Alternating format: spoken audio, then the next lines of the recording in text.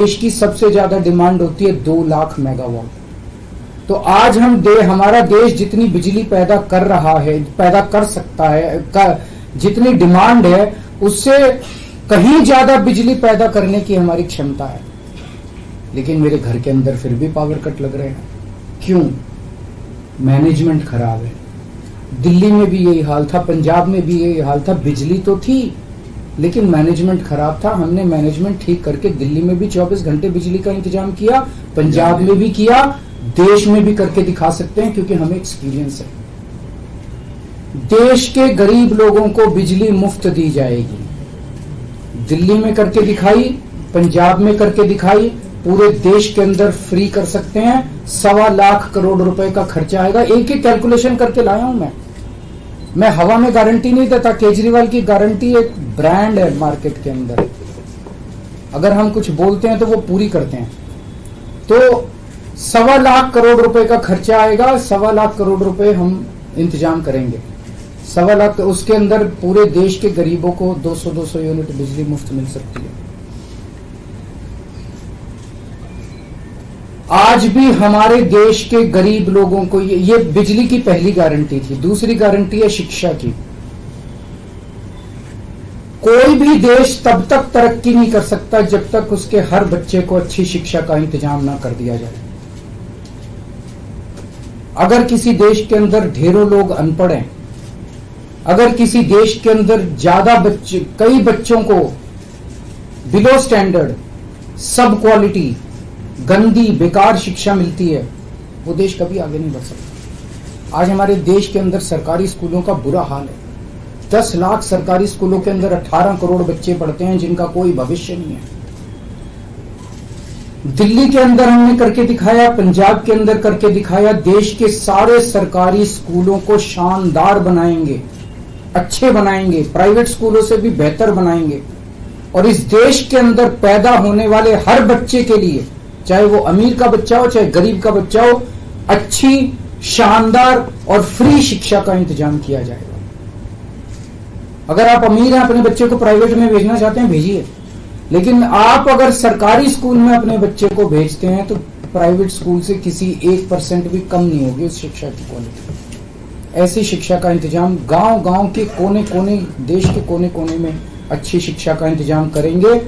दिल्ली में किया, पंजाब में किया, हमें करना आता है, हमारी नीयत है। ये काम आजादी के वक्त हो जाना चाहिए था लेकिन नहीं हुआ। देर आए दुरुस्त आए। आजादी के 75 साल बाद भी हो गया तो बहुत अच्छी बात है। इस काम को करने के लिए 5 लाख करोड़ रुपए लगेंगे। 2.5 लाख करोड़ रुपए केंद्र सरकार देगी, 2.5 लाख करोड़ रुपए राज्य सरकार देगी। हर साल 5 साल में हर साल 50,000 करोड़ रुपए का खर्चा आएगा केंद्र सरकार को। 50,000 करोड़ तो कुछ भी नहीं है। अगर 50,000 करोड़ रुपए सालाना खर्चे में मेरे देश के बच्चा अगर 18 करोड़ बच्चों को अच्छी शिक्षा मिल जाए, इससे अच्छा और क्या हो सकता है। तीसरा, स्वास्थ्य। अगर मेरे देश की जनता स्वस्थ होगी, बीमारी नहीं होगी, तो देश तरक्की करेगा। पढ़ी लिखी जनता होगी, स्वस्थ जनता होगी, तो ये 140 करोड़ लोग ही तो इस देश को आगे ले जाएंगे। कोई एक प्रधानमंत्री थोड़ी देश को आगे ले जाता है, जनता आगे ले जाती है। तो सब लोगों को अच्छे इलाज का इंतजाम करेंगे। आज अगर किसी को के घर में कोई बीमार हो जाए, बड़ी बीमारी हो जाए, सरकारी अस्पतालों का बुरा हाल है पूरे देश के अंदर और प्राइवेट वालों ने लूट मचा रखी है। पूरे देश में कोने कोने में, हर गांव में, हर मोहल्ले में मोहल्ला क्लिनिक खोला जाएगा। शानदार डिस्ट्रिक्ट हॉस्पिटल जितने हैं उनको मल्टी स्पेशलिटी बना के उनको शानदार प्राइवेट हॉस्पिटल्स की तर्ज पे बनाया जाएगा। और इस देश में पैदा होने वाले हर व्यक्ति का पूरा इलाज मुफ्त होगा, इंश्योरेंस के आधार पे नहीं होगा। ये बहुत बड़ा स्कैम है। जितनी सरकारी, राज्य सरकारें, केंद्र सरकार इंश्योरेंस आधारित जो स्कीम बनाती हैं, ये सब बहुत स्कैम है इंश्योरेंस कंपनीज के साथ। हम इंफ्रास्ट्रक्चर क्रिएट करेंगे, कोने कोने के अंदर, गांव गांव के अंदर इंफ्रास्ट्रक्चर क्रिएट करेंगे, हेल्थ इंफ्रास्ट्रक्चर क्रिएट करेंगे, अस्पताल बनाएंगे, मोहल्ला क्लिनिक बनाएंगे, ताकि लोग वहां जाके अपना इलाज करा सकें। और सबका इलाज मुफ्त होगा, चाहे अमीर हो चाहे गरीब हो। इसके लिए भी 5 लाख करोड़ रुपए का खर्चा आएगा। 2.5 लाख करोड़ राज्य सरकार देगी, 2.5 लाख करोड़ केंद्र सरकार देगी। 5 साल के अंदर 5 लाख करोड़ रुपए, हर साल 50-50 हजार करोड़ का खर्चा आएगा। राष्ट्र सर्वोपरि हमारी चौथी गारंटी, चीन ने हमारे देश की जमीन पे कब्जा कर लिया। हमारी केंद्र सरकार से जब भी पूछा जाए वो कहते हैं कोई नहीं आया, कुछ नहीं हुआ। सब जानते हैं, पूरी दुनिया जानती है, सैटेलाइट का जमाना है, सबके पास तस्वीरें हैं कि किस तरह से चीन ने हमारी सरजमी के ऊपर घुस के और उसके हमारी जमीन के ऊपर कब्जा कर लिया। जुठलाने से समस्या का समाधान नहीं होगा, लोगों से छुपाने से समस्या का समाधान नहीं होगा। हमारे देश की सेना के अंदर बहुत ताकत है। हमारे देश की सेना को एक बार इजाजत तो दीजिए, उसको स्वतंत्रता तो दीजिए काम करने की, वो देखिए आपको जीत के लाती है। तो हमारे देश की जितनी जमीन पे चाइना ने कब्जा किया हुआ है, उस जमीन को चाइना के कब्जे से छुड़वाएंगे। इसके लिए एक तरफ डिप्लोमेटिक लेवल पे एफर्ट्स किए जाएंगे और सेना को पूरी स्वतंत्रता दी जाएगी कि वो इसके बारे में जो कदम उठाना चाहे कदम उठा सकती है। सेना को आज जो रोका जा रहा है वो रोका नहीं जाएगा। आज हमारी ये अग्निवीर योजना जो है कि हमारे युवाओं को फौज में भर्ती करके 4 साल के बाद निकाल दिया जाता है। लोगों की एक ओनरशिप नहीं बनती। 4 साल के बाद अगर आप निकाल देंगे तो एक तरह से हम सेना को सबसे कटिंग एज लेवल के ऊपर हम कमजोर कर रहे हैं। ये अग्निवीर योजना सेना के लिए भी बहुत हानिकारक है और जो बच्चे युवा हमारे अग्निवीर बन के जा रहे हैं वो लोग भी बहुत त्रस्त हैं। अग्निवीर योजना को बंद किया जाएगा। जितने बच्चों को अभी तक अग्निवीर में शामिल किया जाए उनको पक्का डिक्लेयर किया जाएगा। उनको पक्का राष्ट्रीय सम्मान भी नहीं मिलता संस्कार के समय, तो उनको पक्का किया जाएगा, उनको पक्का डिक्लेयर किया जाएगा। और सेना के अंदर ये ठेकेदारी के ऊपर एक तरह से कच्चे में अग्निवीर तो कच्ची नौकरी हुई ना, कच्ची नौकरी ये बंद की जाएगी और वापस पक्के के अंदर बच्चों को लिया जाएगा। और सेना को ये अग्निवीर योजना लाए थे क्योंकि केंद्र सरकार का मानना था कि सेना के ऊपर उनकी तनख्वाह और उनकी पेंशन के ऊपर पैसा ज्यादा खर्च हो रहा है। सेना के ऊपर, उस देश की सुरक्षा के ऊपर जितना पैसा खर्च करने की जरूरत है उतना पैसा खर्च किया जाएगा। देश की सुरक्षा के साथ खिलवाड़ नहीं किया जा सकता। छठी गारंटी किसानों के लिए, किसानों को आप इज्जत की जिंदगी दे सकते हैं अगर आप उनको उनकी फसलों के पूरे दाम दे दें। किसान कोई भीख नहीं मांग रहा, किसान अपना हक मांग रहा है। किसान अपनी बारिश में धूप में मेहनत करके और अपनी फसल उगाता है और उसके बाद जब उसको फसलों के पूरे दाम नहीं मिलते तब वो अपने ऋण नहीं चुका पाता, आत्महत्या करने के लिए मजबूर होता। अगर आप उसकी फसलों के दाम सुनिश्चित कर दें तो किसान को आपसे कोई फेवर नहीं चाहिए। स्वामीनाथन रिपोर्ट के आधार के ऊपर किसानों को उनकी फसलों के सभी फसलों के पूरे दाम एमएसपी के आधार पर पूरे दाम दिलवाए जाएंगे। 7वीं गारंटी, दिल्ली को पूर्ण राज्य का दर्जा दिलवाया जाएगा जो दिल्ली वासियों को कई दशकों से दिल्ली के लोगों का हक है। बेरोजगारी, आज पूरे देश का युवा बेरोजगारी से त्रस्त है।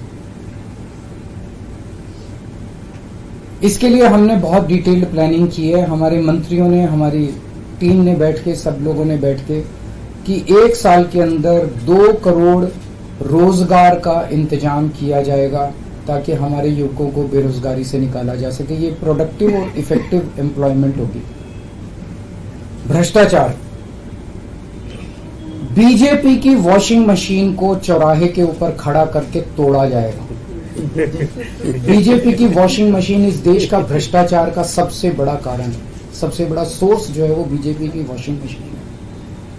ईमानदार लोगों को जेल भेजने और बेईमानों को संरक्षण देने की आज जो मौजूदा व्यवस्था है, इस व्यवस्था को समाप्त किया जाएगा। दिल्ली और पंजाब में जिस तरह से हमने भ्रष्टाचार पे दोनों लेवल पे, छोटे लेवल का भ्रष्टाचार और बड़े लेवल का भ्रष्टाचार हमने जो वार किया है, उसी लेवल पे इफेक्टिव तरीके से पूरे देश को भ्रष्टाचार से निजात दिलवाई जाएगी। और 10वीं और आखिरी गारंटी, व्यापारियों के लिए, अगर किसी देश के अंदर व्यापारी और उद्योगपति खुल के व्यापार नहीं कर सकते, अपने व्यापार को नहीं बढ़ा सकते, तो वो देश कभी तरक्की नहीं कर सकता। उस देश के अंदर कभी जॉब्स पैदा नहीं हो सकते। और ये डेटा बताता है कि पिछले 8-10 साल के अंदर इस देश के 12 लाख हाई नेटवर्थ इंडिविजुअल्स, बड़े बड़े अमीर लोग इस देश के अंदर व्यापार और उद्योग बंद करके विदेशों में चले गए हैं, क्योंकि इस देश के अंदर आतंक मचा रखा है सरकार, केंद्र सरकार ने, उन लोगों को डराने का, धमकाने का। जीएसटी को पीएमएलए से बाहर किया जाएगा, जीएसटी का सरलीकरण किया जाएगा, सारी प्रशासनिक और लीगल व्यवस्थाओं को सरलीकरण किया जाएगा और एक ऐसी व्यवस्था की जाएगी कि अगर इस देश के अंदर कोई सही तरीके से व्यापार करना चाहे तो वह व्यापार कर भी सकता है, उद्योग खोल भी सकता है, ज्यादा परमिशंस की जरूरत नहीं होगी और बड़े स्तर के ऊपर हम व्यापार को और उद्योग को, हमारा टारगेट चाइना को पीछे छोड़ना है, जो आज इस दुनिया के अंदर इसमें व्यापार में और उद्योग में और प्रोडक्शन में बहुत आगे है। हमारा कंपटीशन उनके साथ है। तो इसके लिए सभी व्यापारियों को, उद्योगपतियों को आगे बढ़ने का मौका दिया जाएगा। ये हम लोगों की 10 गारंटी है और मजबूत गारंटी है और मैं समझता हूं कि देश को इन सब उससे तरक्की मिलेगी। अगर आपके कोई प्रश्न है तो। वॉशिंग मशीन वाली बात कही तो क्या इसका मतलब है कि जो कार्रवाई हो रही है वैसी कार्रवाई आप लोग करेंगे? नहीं, हम कह रहे हैं वॉशिंग मशीन तोड़ेंगे। हम ये कह रहे हैं कि आज ईमानदार लोगों को पकड़ पकड़ के जेल भेजा जा रहा है, बेईमानों को वो अपनी पार्टी में शामिल करके संरक्षण देते हैं और उनको ईडी और सीबीआई के केस, ये व्यवस्था बंद की जाएगी। जो असली बेईमान है, जिन्होंने असली में बेईमानी की है, उन लोगों को पकड़ा जाएगा। इस तरह से पॉलिटिकल तरीके से विक्टिमाइजेशन बंद किया जाएगा। प्रधानमंत्री की उम्र को लेकर जो बात की, उसमें गृह मंत्री का बयान है, उन्होंने कहा कि जो भाजपा के कानून में ऐसी बात नहीं लिखी हुई है और देश भर के लोग चाहते हैं उत्तर से दक्षिण तक कि नरेंद्र मोदी। देखिए, कल मैंने बोला था कि मैंने क्या बोला था, 2014 में प्रधानमंत्री जी ने खुद ने कानून बनाया था, अपने नियम बनाए थे बीजेपी के लिए कि 75 साल की उम्र होने पे भारतीय जनता पार्टी के अंदर उनको कोई भारतीय जनता पार्टी अपने किसी भी नेता को किसी तरह की कोई जिम्मेदारी नहीं देगी और उनको रिटायर किया जाएगा। उस नियम के आधार पे आडवाणी जी को रिटायर किया गया, मुरली मनोहर जोशी जी को रिटायर किया गया, सुमित्रा महाजन जी को रिटायर किया गया, यशवंत सिन्हा जी को रिटायर किया गया, रीता बहुगुणा जोशी जी को रिटायर किया गया, संतोष गंगवार जी को, कई लोगों को रिटायर किया गया, यशवंत सिन्हा जी को रिटायर किया गया। तो कल जब मैंने कहा कि उस नियम के हिसाब से 17 सितंबर 2025 यानी कि अगले साल प्रधानमंत्री जी जब 75 साल के हो जाएंगे तो वो भी रिटायर हो जाएंगे। जब मैंने ऐसे कहा तो कल मैंने देखा कि बीजेपी के बहुत सारे नेताओं ने ये कहा कि वो नियम 75 साल वाला मोदी जी के ऊपर लागू नहीं होता। तो मैं समझता हूं कि जब भी ऐसा कुछ होता है, जब किसी पार्टी के सबसे बड़े नेता के ऊपर कोई टिप्पणी की जाती है तो जाहिर तौर पे उनकी पार्टी के लोग उनको उनके समर्थन में बोलते हैं। लेकिन मैं समझता हूं कि प्रधानमंत्री जी ने कुछ नहीं बोला। अभी उनकी पार्टी के नेता कह रहे हैं कि नहीं, हम उनको रिटायर नहीं होने देंगे, ये उनकी भावना है, उनके पार्टी के नेताओं की भावना है।